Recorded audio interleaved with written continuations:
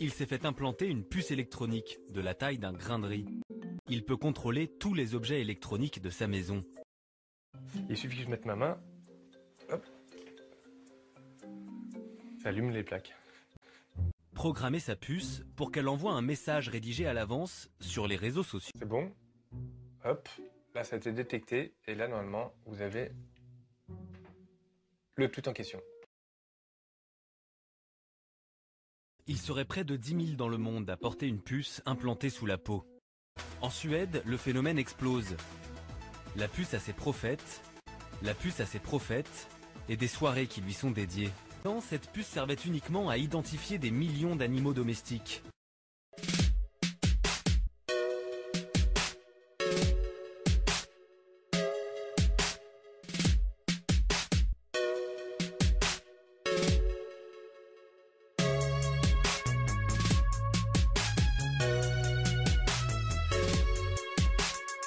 Selon certains experts, la sécurité de ces puces n'est pas garantie.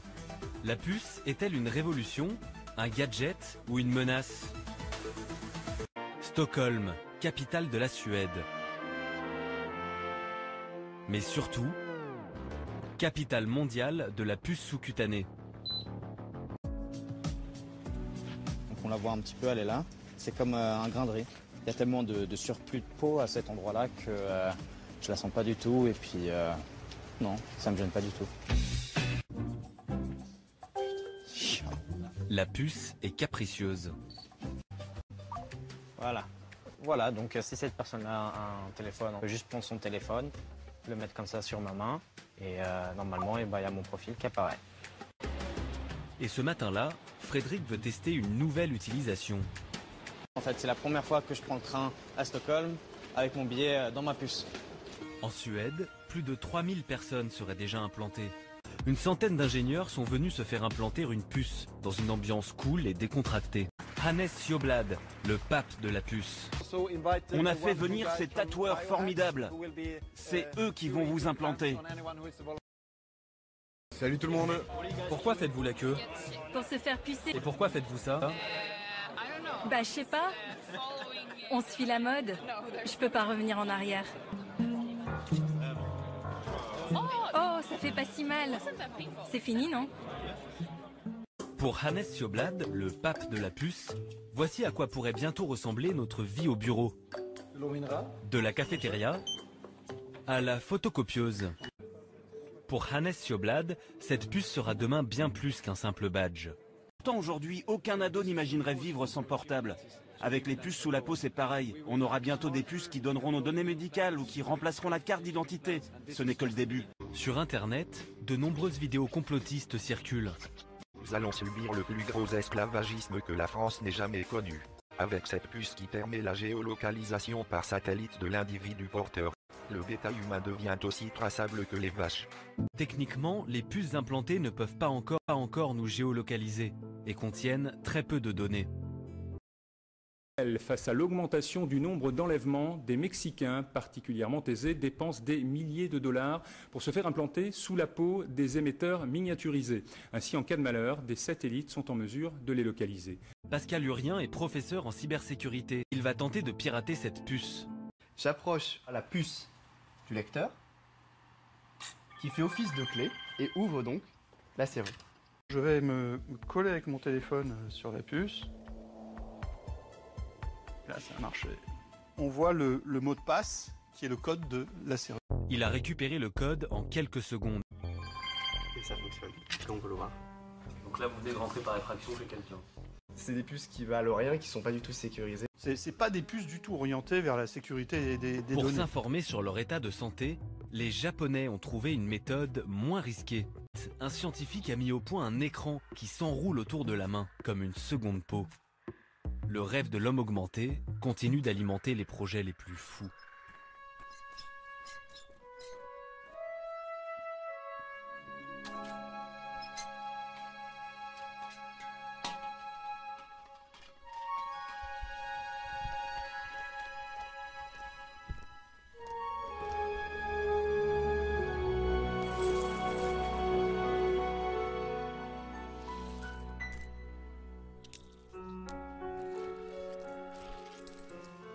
Montre-moi ta main.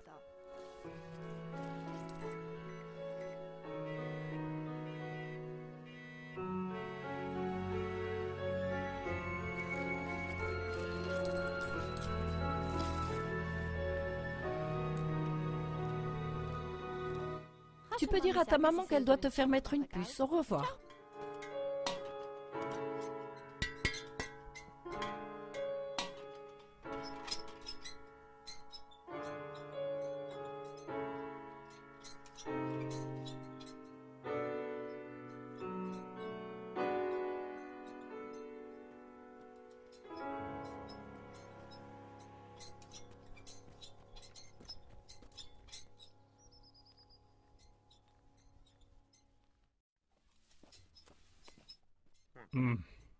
Qu'est-ce que tu veux? Est-ce que je peux avoir un peu de lait? Oh, aujourd'hui, on ne peut plus faire ça. Ça ne va pas.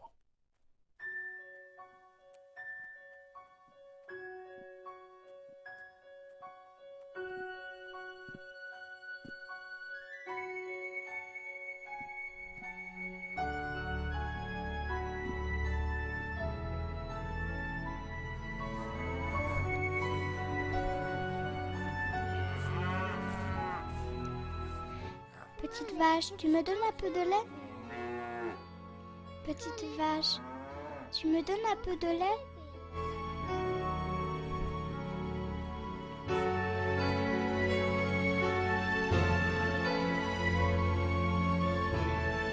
Ça ne devrait pas être comme ça, l'avenir de nos enfants. Stop à la puce RFID.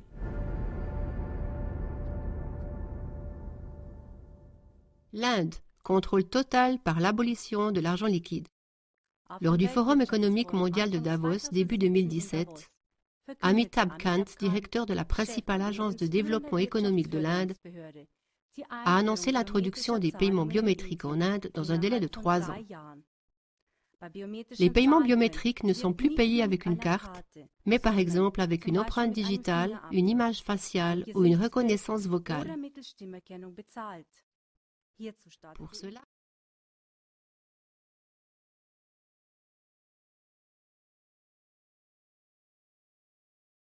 l'Inde avait lancé un programme dès 2010 afin de recueillir les données biométriques des 1,2 milliard d'Indiens. Cela comprend l'enregistrement des 10 empreintes digitales, l'image de la rétine des 2 yeux et une image faciale frontale. La réforme radicale de l'argent liquide que le gouvernement indien a menée en novembre 2016 a forcé l'ensemble de la population à enregistrer ces données biométriques. Les billets qui ne sont plus valables ne peuvent être échangés que par l'intermédiaire d'un compte bancaire propre.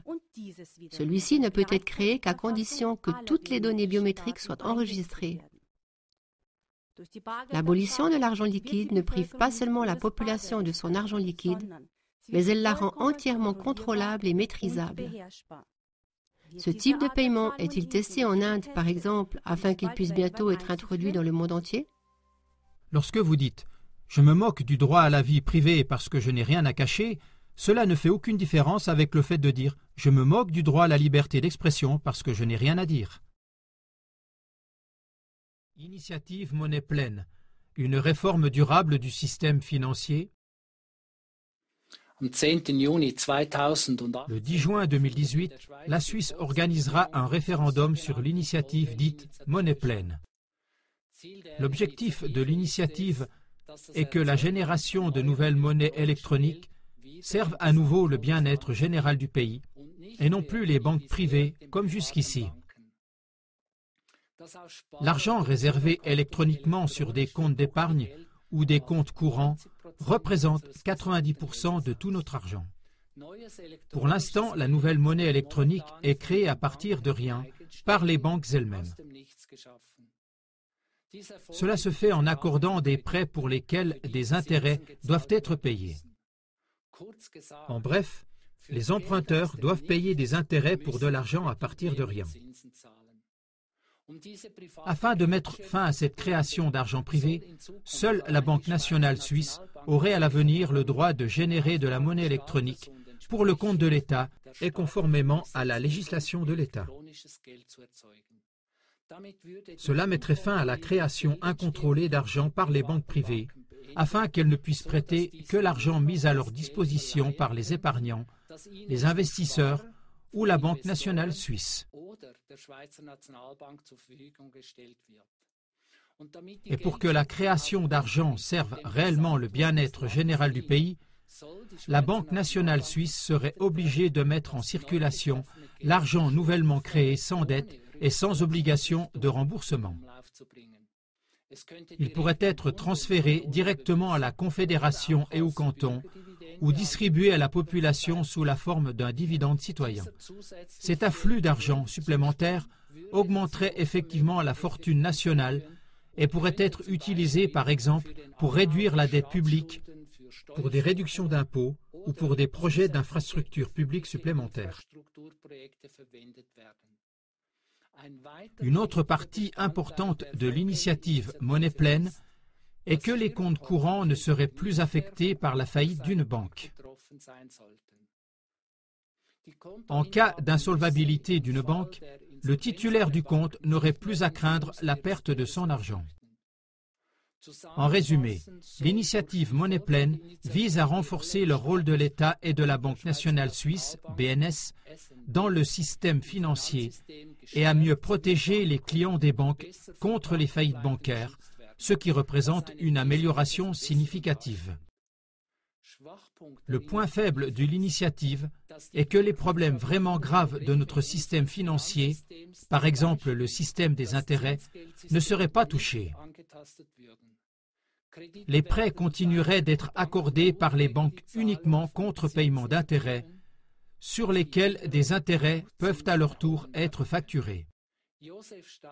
Joseph Stadler, responsable du rapport de la banque suisse UBS sur les milliardaires 2017, a déclaré « Le problème est le pouvoir des taux d'intérêt. Les actifs sont de plus en plus gros et la question se pose de savoir dans quelle mesure cela est durable et à quel point la société interviendra et contre-attaquera. » Le rapport de l'Organisation d'aide au développement Oxfam sur le développement de la richesse illustre clairement le problème. Les 42 personnes les plus riches du monde possèdent autant que les 3,7 milliards de personnes les plus pauvres du monde. En 2017, 82% de la richesse générée dans le monde est allée dans les poches de 1% de la population. Une autre faiblesse de l'initiative Monnaie pleine est que la politique monétaire relèverait de la responsabilité de la Banque nationale suisse BNS. Bien que la BNS soit détenue à 55% par les cantons suisses, sa politique financière est celle de la Banque des règlements internationaux, BRI, à Bâle. C'est le siège de toutes les banques du système bancaire mondial. La BRI détermine toutes les réglementations financières. Elle contrôle les flux monétaires internationaux et donc aussi la prospérité économique des différents pays. La BRI est reconnue par tous les pays du monde et jouit d'une immunité totale. Elle est au-dessus de toutes les lois.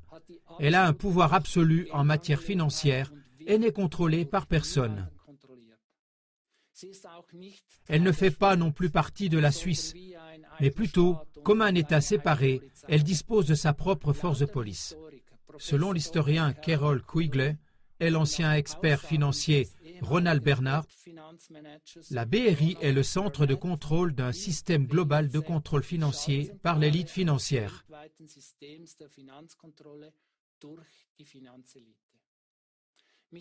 La BRI est censée aider à diriger les systèmes politiques de tous les pays et l'économie du monde entier. En résumé, l'initiative Monnaie pleine, qui apporterait une solution à certains problèmes du système financier, aura-t-elle vraiment un effet positif sur le bien-être de la population si le système d'intérêt reste intact et si le système financier continue d'être déterminé par des intérêts privés?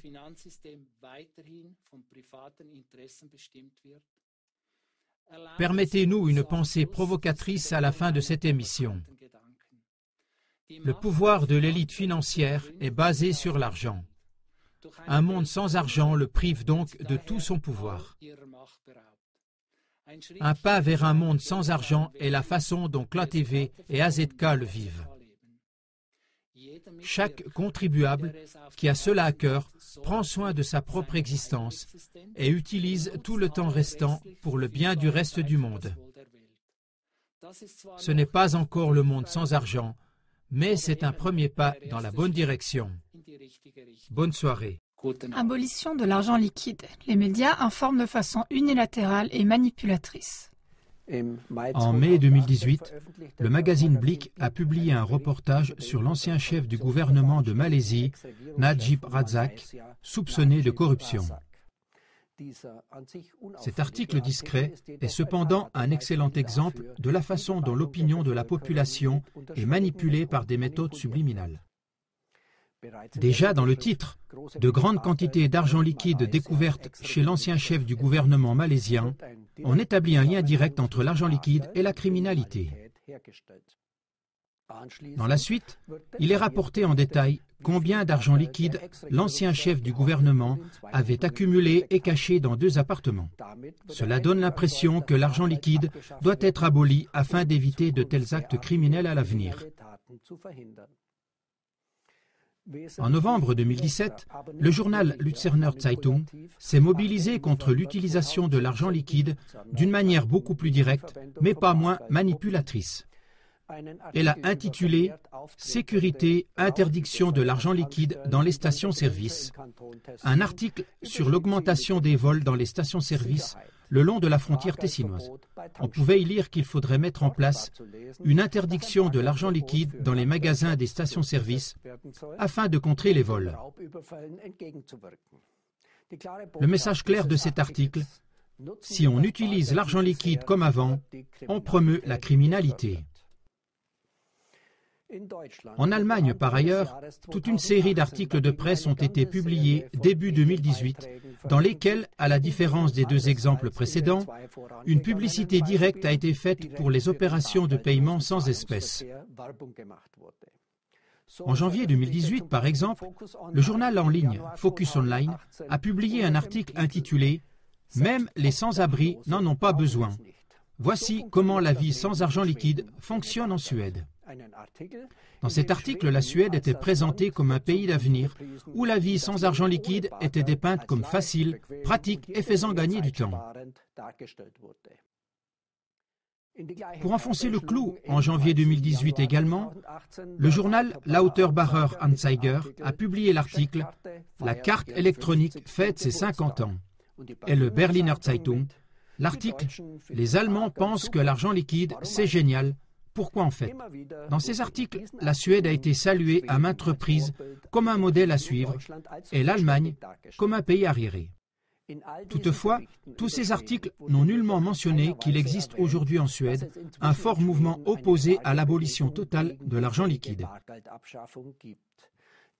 L'exclusion des personnes âgées de la vie économique et l'abandon total de la population à une politique de taux d'intérêt bancaire négatif ne sont que quelques-unes des raisons de ce mouvement. Les articles qui suggèrent un lien direct entre l'argent liquide et la criminalité masquent également complètement le fait qu'une étude de la Deutsche Bank a clairement réfuté un lien entre l'argent liquide et la criminalité. En conséquence, l'expansion des opérations de paiement sans argent liquide ne se traduit pas par un recul, mais seulement par une délocalisation de la criminalité. Étant donné que le montant des dommages causés par les activités criminelles est nettement plus élevé dans les opérations de paiement sans liquide, il est évident que celui-ci ne permet pas une lutte durable contre la criminalité. Ainsi, les principaux médias se révèlent une fois de plus comme des tordeurs de la vérité. Ils trompent et manipulent systématiquement la population par le biais d'articles subtils et d'omission des informations importantes. Une fois que l'opinion de la population a été manipulée à tel point qu'une suppression de l'argent liquide est acceptée sans grande résistance, il est trop tard pour s'y opposer. Vous trouverez de plus amples informations sur le thème de l'abolition de l'argent liquide dans les émissions suivantes.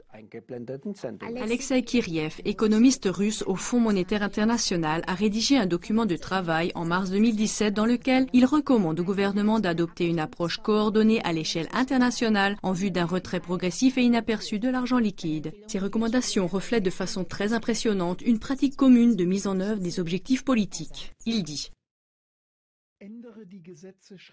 Changez les lois graduellement et sur une longue période de temps, de sorte que la majorité des gens ne s'en aperçoivent pas ou l'acceptent tout juste. Ce style de gouvernement, tel que le recommande Alexei Kiriev, n'est malheureusement pas une théorie de conspiration, mais on peut l'observer de manière récurrente depuis des années. Contre le bien-être et la volonté de la population, les gouvernements font respecter les objectifs et les intérêts, par exemple des entreprises ou de l'oligarchie financière, qui ne connaissent pas de limites dans leur recherche du profit et du pouvoir. C'est également le cas de l'enquête de l'UE sur les plafonds de paiement en argent liquide. Enquête de l'UE, rejet de limites de paiement en argent liquide. En avril 2017, la Commission européenne a lancé une enquête publique sur des plafonds de paiement en argent liquide. Le résultat de cette enquête est sévère. 95% des personnes interrogées se sont prononcées contre les plafonds de paiement en argent liquide au niveau de l'Union européenne. Pour 87% d'entre eux, la possibilité d'un paiement anonyme est une liberté fondamentale. 3/4 estiment que les plafonds de paiement en argent liquide sont inefficaces dans la lutte contre l'évasion fiscale, le terrorisme et le blanchiment d'argent. Cela montre clairement comment les participants à l'enquête rejettent les restrictions concernant l'argent liquide et comment les arguments avancés pour les limites des paiements en argent liquide sont clairement démasqués. Mais sans en tenir compte, dans l'UE, les paiements en espèces continuent d'être restreints. En Allemagne, par exemple, la limite supérieure pour les paiements anonymes en espèces a été abaissée de 15 000 € à 10 000 € le 26 juin 2017, selon l'exigence de l'Union européenne. La question se pose, pourquoi interroge-t-on encore la population sur sa volonté ? En Inde, au Pakistan et au Nigeria, la population n'est pas interrogée. Dans ces pays, l'élite financière va de l'avant avec l'abolition massive de l'argent liquide. Bill Gates souhaite qu'au moyen de sa fondation, les transactions financières soient totalement converties en paiement sans argent liquide avant fin 2018 en Inde, au Pakistan et au Nigeria. C'est ce qu'il a annoncé lors d'une réunion du ministère des Finances américain fin 2015.